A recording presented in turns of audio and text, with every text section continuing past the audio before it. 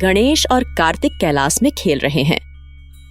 ऐसे खेलते खेलते उन्हें बहुत भूख लग जाता है, लेकिन उस समय देवी पार्वती कैलाश में नहीं थीं। दूसरी ओर भगवान शिव पूरी तरह से ध्यान में लीन था। भाई कार्तिकेय, मुझे बहुत भूख लगा है। तुम्हें भी भूख लगा है क्या? हाँ भाई, मुझे भी तो भूख लगी है। तो फिर चलो माँ के पास जाते हैं। माँ तो हमेशा हमारे लिए कुछ न कुछ बनाती है। गणेश और कार्तिक देवी पार्वती को ढूंढने के लिए रसोई में गए, लेकिन उन दोनों को देवी पार्वती वहां नहीं मिली। अरे, मैं तो भूल गया हूँ। माँ तो कल ही भूलोक गई है अपने भक्तों की पूजा प्राप्त करने के लिए। हाँ भैया, मुझे भी इतनी भूख लगी थी कि मैं सब कुछ भूल गया। चलिए ना, अब हम पापा के पास जाते हैं। चलिए। इतना कहकर विनायक और कार्तिक भगवान शिव के पास जाते हैं। भगवान शिव पूरी तरह से ध्यान में लीन थे। अरे भाई, पापा तो अभी ध्यान कर रहे हैं। इस वक्त तो उनसे बात करना मुश्किल है और मुझे बहुत भूख भी लगा है। हाँ भाई, भूख तो लगी है, पर हमारे मनपसंद खाना कौन बनाएगा? इस प्रकार गणेश और कार्तिक सोच रहे थे। इसी बीच नंदी उनकी ओर बढ़ते नजर आते हैं। नंदी, हम दोनों को बहुत भूख लगी है। कृपया करके हम दोनों के लिए कुछ बना के दो ना। अरे बच्चों, क्या सच में तुम दोनों को बहुत जोर से भूख लगी है? अरे बच्चों, मुझे तो माता पार्वती जैसा खाना बनाना बिल्कुल भी नहीं आता, जरा सा भी नहीं आता। तुम दोनों को तो बहुत जोर से भूख लगी है। मैं एक बार कोशिश करके देखता हूँ कुछ बना पाता हूँ या नहीं। देखो नंदी, इसके अलावा हमें पकोड़े चाहिए और लड्डू भी चाहिए। ये सब कुछ बना के लेकर आओ। तो गणेश और कार्तिकेय दोनों पेड़ के नीचे बैठकर खेल रहे थे। दूसरी ओर नंदी बच्चों की भूख मिटाने के लिए रसोई में चली जाती है। गणेश और कार्तिक ने कहा कि उनको बहुत जोर से भूख लगी है, पर मैं खाना कैसे बनाऊं? छोड़ो, जो भी होगा देखा जाएगा। उन दोनों के लिए कुछ भी बना दूंगी। मुझे सिर्फ उन दोनों की भूख मिटानी है। इतना कहकर नंदी खाना बनाने लगी। नंदी भगवान गणेश के लिए पकौड़ी बनाने में बहुत मेहनत करते हैं। वह कार्तिकेयन के लिए लड्डू भी बनाते हैं। वह सभी तैयार व्यंजनों को एक प्लेट में रखता है और भगवान गणेश और कार्तिकेय के पास ले जाता है। लो बच्चों, मैं आप दोनों के लिए भोजन तैयार की है। आप दोनों इसको चख के बताइए कैसे बनी है। नंदी के पूछने पर गणेश जी ने कुछ पकौड़ियां चखीं। कार्तिकेय ने भी लड्डुओं का स्वाद चखा। अरे, ये लड्डू तो बिल्कुल भी अच्छा नहीं बना है। माँ तो ये लड्डू कितनी अच्छे से बनाती है। हाँ नंदी, सच में ये पकोड़ा भी अच्छा नहीं बना है। माँ बहुत ही स्वादिष्ट खाना बनाती है। मुझे कुछ भी अच्छा नहीं लगा। अरे धन्यवाद बच्चों, मैं आप दोनों से पहले ही कहा था कि माता पार्वती जैसा मैं बेहतर खाना नहीं बना सकता। देखिए, आप दोनों को बहुत जोर से भूख लगा था, इसलिए मैं कुछ बनाने की कोशिश की। हम ये नहीं खा सकते, पर हमें तो बहुत भूख लगी है। हम तो भूख के कारण नहीं बचेंगे। आपकी जिम्मेदारी है हमें बचाने की। जाइए, कुछ और बना के लेकर आइए। इस प्रकार गणेश जी नंदी से कहते हैं। दुर्भाग्य से नंदी कुछ नहीं कर पाता और वापस रसोई में चला जाता है। वह रसोई में जाता है और खाना बनाना शुरू कर देता है। दोनों को खाना पसंद नहीं आया। इस बार मैं बहुत ही अच्छे से खाना बनाऊंगा। मुझे विश्वास है कि कार्तिक और गणेश को जरूर पसंद आएगा।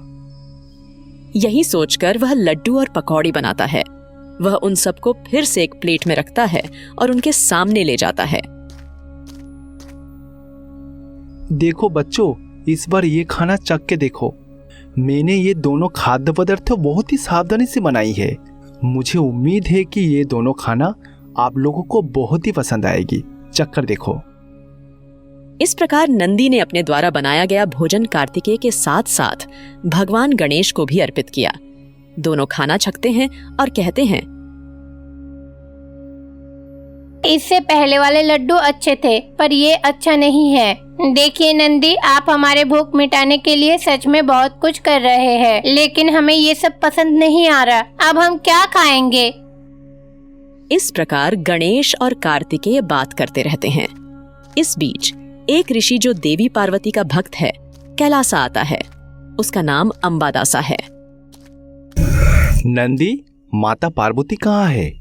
मैं देवी की दर्शन करने के लिए पृथ्वी से आया हूँ। अरे अंबादासा, माता तो इस समय भूलोक में है। किसी भक्त की मदद करने के लिए माता पार्वती गया है। अरे हाँ, मुझे इसका जानकारी नहीं था। मैं माता से ऐसे ही दर्शन के लिए आया था। अरे कार्तिक, गणेश, क्या हुआ? तुम दोनों दुखी क्यों हो? क्या बात है? हमें बहुत भूख लगी है। हमारी भूख मिटाने के लिए यहाँ कोई नहीं है। अरे ये तो बहुत ही दुख की बात है। अच्छा ठीक है, आप दोनों बोलिए, आप लोग क्या खाना पसंद करोगे? मैं अभी रसोई में जाके आप दोनों के लिए खाना बनाने की कोशिश करता हूँ। हमें कुछ पकोड़े चाहिए और कार्तिक को लड्डू चाहिए। तुरंत इसे बना के दीजिए। फिर जैसे ही बच्चों ने पूछा, अंबादासा रसोई में चले गए।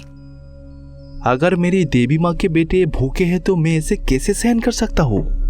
मैं अभी उन दोनों के लिए कुछ खाना तैयार करता हूँ। अंबादासा खाने का सामान बहुत सावधानी से तैयार करते हैं। फिर वह इन्हें गणेश के साथ साथ कार्तिकेय को भी अर्पित करते हैं। अरे नंदी, इससे तो अच्छा आप खाना बनाते हो। ये खाना एकदम ही स्वादिष्ट नहीं है। हम ये खाना नहीं खा सकते। यह कहकर कार्तिक गणेश खाना फेंक देते हैं। कुछ लड्डुओं में से कुछ जाकर ध्यान कर रहे भगवान शिव पर गिर जाते हैं।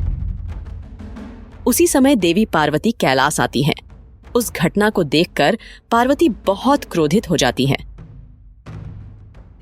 ध्यान पे रहे स्वामी के ऊपर ये खाना किसने फेंका? सच बताओ। जब देवी पार्वती गुस्से में ऐसा कहती हैं तो विनायक और कार्तिकेय बहुत डर जाते हैं। माँ, ये खाना हमने फेंका है, पर ये नहीं सोचे थे कि खाना जाकर पिताजी के ऊपर गिरेंगे। ये पूरा कैलाश में भोजन सामग्री से भरा है। ये सब खाना किसने बनाया? सच बताओ। मैं तो यहाँ नहीं थी। कौन बनाया? अम्मा, ये खाद्य पदार्थ मैंने और अंबादासा ने तैयार किए थे। हम दोनों ये खाद्य पदार्थ गणेश और कार्तिक के लिए बनाए थे, पर हम दोनों की खाना बिल्कुल भी कार्तिक और गणेश को पसंद नहीं आया।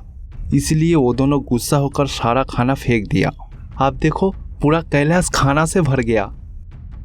जब नंदी ने ऐसा कहा तो देवी पार्वती थोड़ा और क्रोधित हो गईं। देवी पार्वती के क्रोध से ध्यान कर रहे भगवान शिव जाग जाते हैं। अरे क्या हुआ? इधर क्या हो रहा है? सारे कैलाश इतना भोजन सामग्री से भरा क्यों है? स्वामी, ये सब कुछ विनायक और कार्तिक ने किया है। क्या तुम्हारा असली जिम्मेदारी यही था? तुम दोनों जानते हो कि भोजन का कीमत क्या है। तुम दोनों को स्वादिष्ट खाना ही चाहिए। नंदी तुम्हारे भूख देखकर बड़े प्यार से खाना बनाते हैं, पर तुम दोनों को वो भी पसंद नहीं आया। उसके बाद हमारे भक्त स्वामी जी ने भी तुम दोनों के लिए खाना बनाया, फिर भी तुम्हें पसंद नहीं आया। ठीक है, कोई बात नहीं। तुम दोनों को खाना पसंद नहीं आया तो क्या हुआ? आप इस तरह से खाना को बर्बाद तो नहीं कर सकते ना। तुमने तो ध्यान में रहे अपने पिता के ऊपर खाना फेंका। ये बहुत ही गलत है। ऐसा कहकर देवी पार्वती विनायक और कार्तिकेय को श्राप देती हैं। तुम दोनों को तो ये पता ही नहीं होगा कि खाना बनाना कितनी मुश्किल है। मुझे अभी बहुत भूख लगी है। मैं शब्दों में बयां नहीं कर सकती कि मुझे कितनी भूख लगी है। अब तुम दोनों को ही मेरी भूख मिटानी होगी। अब तुम दोनों जल्दी से खाना बनाना शुरू करो। विनायक, तुम जाके भोजन तैयार करो, और कार्तिकेय, तुम्हें हमारी सेवा करनी चाहिए। तभी तुमको खाना पकाने और परेशानी की कीमत समझ में आएगा। ऐसा देवी पार्वती कहती हैं। अंबादास देवी पार्वती से आशीर्वाद लेते हैं और वहां से चले जाते हैं। नंदी कैलाश के द्वार पर जाते हैं। गणेश और कार्तिकेय दोनों खाना बनाना शुरू करते हैं। देवी पार्वती और भगवान शिव दोनों आसन पर शयन कर रहे हैं। कार्तिक एक हाथ पंखा लेकर और माता के साथ साथ पिता की भी सेवा करता है। वहीं दूसरी ओर गणेश जी लड्डू और बाकी खाना बनाते हैं। अरे भाई कार्तिकेय, खाना बनाना कोई आसान काम नहीं है भाई। हाँ भाई, आपने ठीक कहा। भोजन बनाना कोई आसान काम नहीं है। इसके लिए प्रेम और भक्ति की आवश्यकता है। माँ सही कहते हैं, जब तक हम खाना नहीं बनाएंगे हमें इसकी कीमत भी समझ में नहीं आएगा। इस प्रकार कार्तिकेय अपने माता पिता की सेवा करते हैं। दूसरी ओर गणेश भोजन सामग्री तैयार करने के लिए बहुत मेहनत करते हैं। वह अपने माता पिता को तैयार भोजन परोसता है। भोजन बहुत ही स्वादिष्ट बना था। इस प्रकार गणेश और कार्तिकेय माता के क्रोध को दूर करते हैं। इससे भूख भी शांत होती है। सेवा और कार्य की विशिष्टता को वो दोनों भाई अच्छी तरह से जान सका। चंदनपुर नाम के इस गांव में बिरैया नाम का एक आदमी रहता था। वो बहुत ही गरीब था। उनकी पत्नी का नाम कविता था। उनके लिए भगवान शिव का मतलब अपार प्रेम और भक्ति था। वे निरंतर शिव नाम का जप करते रहते थे। बिरैया अपने गांव के पास के जंगल से पेड़ों की टहनियाँ काटकर और लकड़ियाँ काटकर उन्हें बाजार में बेचकर पैसा कमाते थे। क्योंकि बिरैया एक गरीब आदमी था, इसीलिए गांव में हर कोई उससे और उसकी पत्नी से ज्यादा बात नहीं करता था। उनका घर गांव के अंत में एकमात्र घर था। उसी गांव में एक बुजुर्ग व्यक्ति थे। उनका नाम विजय राव था। उस गांव में एक बड़ा सा शिव मंदिर भी थे। मंदिर में एक भव्य शिवलिंग है। उस गांव के लोगों की दृढ़ आस्था थी कि उस मंदिर में विराजमान भगवान शिव उनकी सभी इच्छाएं पूरी करते हैं। अरे पुजारी जी, मंदिर का काम ठीक से हो रहा है ना? कोई समस्या नहीं है ना? नहीं मुखिया जी, इस मंदिर में कोई भी समस्या नहीं है और मैं भी बिल्कुल ठीक हूँ। मैंने जब इस मंदिर में पहली बार आया था, इस मंदिर का स्थिति बहुत ही खराब था। आपके मुखिया होने के बाद से ही इस मंदिर का स्थिति पूरी तरह से बदल गया है। आपके इस तरह से कामों से हम गांव वालों बहुत ही खुश हैं। उसके साथ साथ मंदिर के मूर्ति में कोई भी अलंकार नहीं थी। आप एक एक करके मंदिर की मूर्तियों को अलंकार से सजाया। अब हमारे गांव के मंदिर सबसे सुंदर है ना? इस प्रकार मंदिर के पुजारी जी विजय राव की बहुत प्रशंसा करते हैं। इस तरह विजय राव प्रशंसा से अभिभूत होते हैं। विजय राव को ये अच्छा लगता है जब गांव के लोग उनकी प्रशंसा करते हैं। वो उस गांव में हो रहे विभिन्न प्रकार के कार्यक्रम चलाते थे। दूसरी ओर बिरैया हर दिन जंगल में जाता, खूब मेहनत करता, लकड़ियाँ काटता, उन्हें बाजार में बेचता और शाम को पैसे लेकर घर आता। यही था उनका दिन भर का काम। क्या हुआ कविता, तुम इतना उदास क्यों हो? तुम क्या सोच रही हो? अब मैं आपसे क्या कहूँ, सुबह ही तो आपको कहा था कि घर पे कोई अनाज नहीं है। आपने लकड़ियाँ बेचकर जो पैसे कमाए हैं उससे कुछ अनाज लेकर आइए, तभी खाना बना पाएंगे। अपने पत्नी के मुंह से ये सब सुनने के बाद बिरैया पैसे लेकर बाजार जाता है और कुछ खाने का सामान लेकर आता है। फिर जाके कविता खाना बनाती है। कविता, मैं स्नान करके आता हूँ, तुम भोजन तैयार करके रखना। इस खाना से सबसे पहले भगवान शिव को भोग चढ़ाना होगा। क्या कविता, तुम्हें याद है ना? क्योंकि भगवान शिव की वजह से हम लोग खाना खा रहे हैं। हाँ ठीक है, आपको बताने की जरूरत नहीं है, मैं सब कुछ अच्छे से बनाऊंगी। अरे शिव जी को भोग चढ़ाना है, सही से खाना नहीं बनाऊंगी तो कैसे होगा? आप जाके तैयार हो जाइए, मैं जल्दी से सब बनाती हूँ। इसलिए कविता बड़े ध्यान से खाना बना रही है। दूसरी ओर बिरैया नहाकर तैयार होकर घर आता है। कविता और बिरैया मिलकर अपने पूजा कक्ष की सफाई करते हैं। फिर वे पके हुए भोजन को एक पत्ते पर परोसकर भगवान शिव जी के सामने रखते हैं और इस तरह प्रार्थना करते हैं। हे स्वामी, आज हम लोगों की नसीब में जो खाना मिला है वही हम लोगों के लिए काफी है। आपकी वजह से ही हम लोग जिंदा है। हम दोनों से जो भी खाना बनवाया है कृपया करके स्वीकार करिए स्वामी। इसी तरह बिरैया और उनकी पत्नी कविता एक साथ शिव जी की पूजा करते हैं और फिर भोजन के रूप में प्रसाद ग्रहण करते हैं। इसी प्रकार बिरैया और कविता अपना जीवन भगवान शिव की पूजा में बिताते हैं। कुछ दिनों के बाद ही शिवरात्रि का त्योहार आने वाला है। कविता, 2 दिन के अंदर फिर से शिवरात्रि आ रहा है। अगले साल हम दोनों शिवरात्रि का उत्सव बहुत ही भक्ति भाव से मनाया था ना? एक साल कैसे बीत गया पता ही नहीं चला। हाँ, आजकल तो समय बहुत तेजी से बीत रहा है। आपको याद है पिछले साल हमने अपने घर पर शिवरात्रि मनाई थी। कम से कम इस बार मैं अपने गांव के शिव मंदिर में हो रहे उत्सव को अपने आंखों से देखना चाहती हूँ। हाँ कविता, वही मेरा इच्छा है। चलो कविता, मंदिर में जाते हैं, वहाँ जाकर पूजा अर्चना देख कर आते हैं। इसीलिए बिरैया और कविता शिवरात्रि के दिन शिव मंदिर में होने वाले उत्सव को देखने का निर्णय लेते हैं। दूसरी ओर विजय राव भी शिवरात्रि का त्योहार के अवसर पर पूरे गांव को अच्छे से सजा रहे हैं। उनका ये भी मानना है कि मंदिर को भी अच्छे से सजाया जाना चाहिए। देखिए पुजारी जी, इस साल शिवरात्रि का उत्सव बहुत ही धूमधाम से मनाऊंगा, ठीक है। शिवरात्रि के लिए इस साल मैं कोई भी गलती नहीं करना चाहता हूँ। शिवरात्रि का अनुष्ठान बहुत ही अच्छे से करूंगा। ऐसा व्यवस्था करूंगा कि गांव वालों देखकर बहुत ही खुश हो जाएगा। पूरा मंदिर बहुत ही अच्छे से फूलों से सजाऊंगा। उसके साथ साथ पूरे गांव को लोगों को फ्री में भोजन कराऊंगा। इसीलिए विजय राव को लगता है कि उन्हें शिवरात्रि उत्सव के लिए बहुत सारा पैसा खर्च करना होगा और इसी प्रकार शिवरात्रि का त्योहार भी आ जाता है। पूरे मंदिर में हलचल मच गए हैं। शिवरात्रि के त्योहार पर पूरा गांव विशेष अभिषेक देखने के लिए मंदिर जाता है। दूसरी ओर बिरैया और उनकी पत्नी भी एक साथ उस मंदिर में आते हैं। वे अपनी चप्पलें मंदिर के बाहर छोड़ देते हैं और मंदिर के अंदर चले जाते हैं। इसी बीच विजय राव वहां आ जाते हैं। उन्हें देखकर वो बहुत ही क्रोधित हो जाते हैं। अरे, तुम लोगों की हिम्मत कैसे हुआ इस मंदिर में आने में? बिना अनुमति के तुम इस मंदिर के अंदर कैसे घुस गया?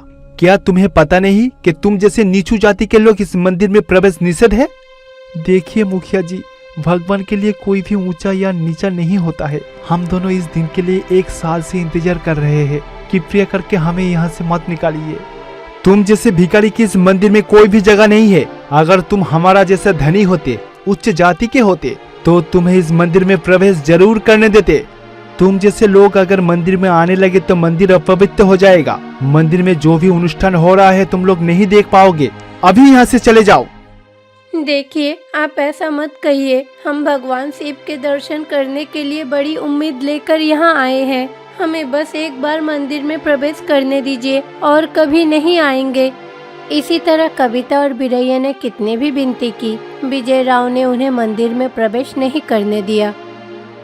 विजय राव अपने आदमियों के साथ मिलकर बिरैया और कविता को मंदिर से बाहर निकाल देता है। दुर्भाग्य से बिरैया और कविता को बहुत ही कष्ट होगा। वे अपमान सहन नहीं कर सकते। बिरैया के पास करने के लिए कुछ भी नहीं है। तभी वो मन ही मन सोचता है, देखो कविता, हम लोग जंगल में भगवान शिव का पूजा कर सकते हैं। वहाँ हम लोगों को कोई भी नहीं रोकेगा। अच्छा ठीक है, तो फिर चलिए जंगल में जाके पूजा करते हैं। इसी तरह बिरैया और कविता एक साथ जंगल में जाते हैं। उनके हाथों में पूजा का सामग्री है, इसीलिए वे पूजा सामग्री लेकर जंगल में चले जाते हैं। दोनों के मन दुख से भरे हुए हैं। शिवरात्रि पर वो दोनों पूजा नहीं कर पाते हैं। विजय राव उन्हें अपमान करके इस तरह से भगा देते हैं। इसी तरह जब वे कुछ दूर चलते हैं तो उन्हें एक बड़ा पेड़ दिखाई देता है। आश्चर्य की बात यह है कि उस पेड़ के तने में एक शिवलिंग है। हम तो इतने सालों से जंगल के रास्ते से जा रहे हैं, पर इस पेड़ के नीचे शिवलिंग कभी नजर नहीं आया। देखिए ना, इसके अंदर एक शिवलिंग भी है। लगता है जैसे किसी ने हमारे लिए ही इसे बनाया हो। अब और देर करके कोई फायदा नहीं है। हमारे पास जो सामग्री है, चलिए उससे ही पूजा करते हैं। सबसे पहले वे अपने पास रहे पवित्र गंगा जल से शिवलिंग का अभिषेक करते हैं। फिर उसे फूलों से सजाते हैं और प्रसाद के लिए उन्हें गुड़ का एक टुकड़ा अर्पित करते हैं। फिर दोनों पति पत्नी मिलकर शिव नाम जप करने लगते हैं। फिर वे दोनों ओम नमः शिवाय कह के जप करने लगते हैं। दूसरी ओर विजय राव मंदिर में अभिषेक समारोह देख रहे हैं। अचानक मंदिर में स्थापित शिवलिंग गायब हो जाता है। अरे ये क्या, अचानक शिवलिंग कहाँ गायब हो गया? मेरी आंखों के सामने से गायब हो गया। क्या मैंने कोई गलत काम कर दिया? विजय राव उलझन में पड़े रहते हैं। देखिए मुखिया जी, हम सभी लोग एक साथ ओम नमः शिवाय का नाम जप करते हैं। और उस शिवलिंग को ढूंढते हैं। इसी तरह पुजारी और विजय राव साथ ही गांव के सभी लोग ओम नमः शिवाय मंत्र जप करते हुए जंगल में चले जाते हैं। जब वे सभी जाते हैं तो देखते हैं बीरैया और कविता को पास के एक जंगल में शिवलिंग की पूजा करते हुए देखते हैं। तब उस शिवलिंग से ये शब्द सुनाई देते हैं, देखिए मुखिया जी, भक्ति के अंदर कोई भी जात नहीं होता है। कौन उच्च जाति का है, कौन नीच जाति का है, भगवान वो सब नहीं देखता है। हमारे नजरों में सभी भक्त हमारे लिए समान है। इस गांव में ये मेरा सबसे बड़ा भक्त है। आप अपनी गलती को शिव सुधारिए। जी की ये बातें सुनकर विजय राव और गांव वालों को होश आया। विजय राव को भी अपने गलती का एहसास होता है। वो बीरैया और कविता से माफी मांगते हैं। उसी समय से बिना किसी भेदभाव के सभी लोगों को शिव मंदिर में आमंत्रित किया जाने लगा।